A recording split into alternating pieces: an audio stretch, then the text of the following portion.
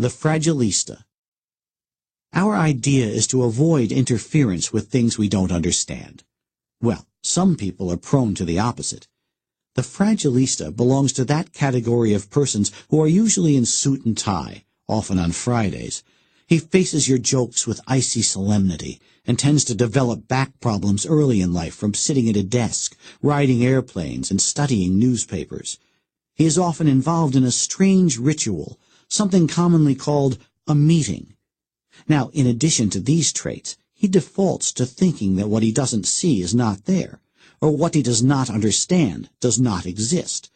At the core, he tends to mistake the unknown for the non-existent. The Fragilista falls for the Soviet Harvard delusion, the unscientific overestimation of the reach of scientific knowledge.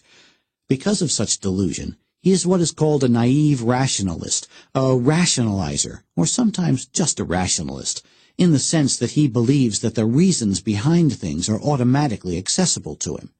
And let us not confuse rationalizing with rational. The two are almost always exact opposites.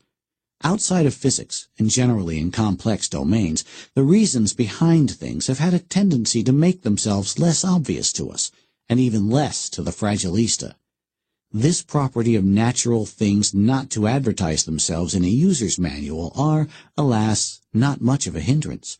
Some Fragilistas will get together to write the user's manual themselves, thanks to their definition of science. So, thanks to the Fragilista, modern culture has been increasingly building blindness to the mysterious, the impenetrable, what Nietzsche called the Dionysian, in life. Or, to translate Nietzsche into the less poetic but no less insightful Brooklyn vernacular, this is what our character Fat Tony calls a sucker game. In short, the Fragilista, medical, economic, social planning, is one who makes you engage in policies and actions, all artificial, in which the benefits are small and visible, and the side effects potentially severe and invisible. There is the medical Fragilista who over-intervenes in denying the body's natural ability to heal and gives you medications with potentially very severe side effects. The policy Fragilista, the interventionist social planner, who mistakes the economy for a washing machine that continuously needs fixing by him and blows it up. The psychiatric Fragilista who medicates children to improve their intellectual and emotional life. The soccer mom Fragilista. The financial Fragilista who makes people use risk models that destroy the banking system, then uses them again.